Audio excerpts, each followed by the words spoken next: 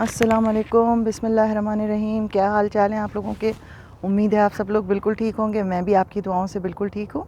اور ایک چھوٹی سی اپڈیٹ دینی تھی آپ لوگوں کو، تو میں نے کہا چلے میں آج آپ لوگوں سے ذرا تھوڑی سی بات کر لوں۔ مارننگ میں تھوڑا سا 5 منٹ تھے میری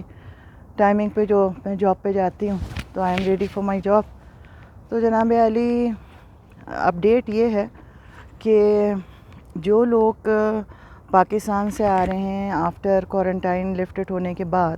ان کے لیے کیا تبدیلیاں ہیں۔ تو ان کے لیے تبدیلی تو کوئی خاص نہیں ہے، لیکن آسانی یہ ہے کہ جن لوگوں کے پاس وہ ویکسین جو کہ اپروف نہیں ہے ترکی میں، اور انہوں نے وہ ویکسین کے دونوں ڈوز لگائے ہوئے ہیں، تو ان کی بھی کوئی چیکنگ نہیں ہو رہی ہے، اور ان کے جو بھی ڈوز ان کے پاس ہے اس کو وہ الاؤ کر رہے ہیں اور انٹر ہونے کے لیے اجازت دے رہے ہیں۔ بالکل اسی طریقے سے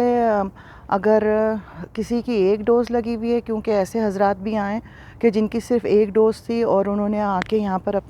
ان سے نہ ویکسینیشن کارڈ پوچھا ہے، نہ ان سے یہ پوچھا ہے کہ آپ نے ایک ڈوز کیوں لگائی ہوئی ہے یا آپ کو کوارنٹائن کرنا ہے، تو ان سے کچھ بھی نہیں پوچھا گیا ہے، اور ڈائریکٹلی ان سے صرف جیسے جرنل نارملی لوگ آتے ہیں اور آ کر اپنا ویزا دکھاتے ہیں اور ہوٹل بکنگ دکھاتے ہیں، وہی سب چیزیں دیکھی۔ اور ان کے پاس، کیونکہ مجھے پتہ ہے وہ ماشاءاللہ فیملی آف 4 لوگ آ رہے تھے، میاں بیوی اور ان کے بچے، تو جب وہ لوگ پہنچے ہیں تو ان کے پاس صرف ایک ویکسین تھی، تو وہ پریشان ہو رہے تھے کہ ہم لوگ ہوٹل بکنگ کوارنٹائن کے لیے کروائیں یا کیا کروائیں۔ تو جب وہ یہاں پہ پہنچے ہیں تو ان سے یہ نہیں پوچھا گیا کہ بھئی آپ نے صرف ایک ڈوز لگائی ہوئی ہے تو آپ کو کوارنٹائن کرنا پڑے گا،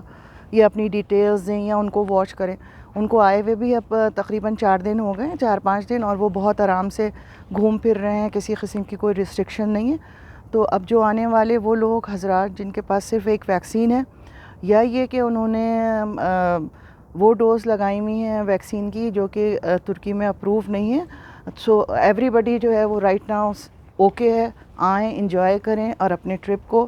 اور بالکل ہیزیٹیٹ نہ کریں، کیونکہ استنبول ایئرپورٹ پہ کوئی کسی قسم کی چیکنگ نہیں ہو رہی ہے۔ ٹھیک ہے، مجھے اجازت دیں، انشاءاللہ دعاؤں میں یاد رکھیے گا، پھر ملاقات ہوگی۔ اللہ حافظ۔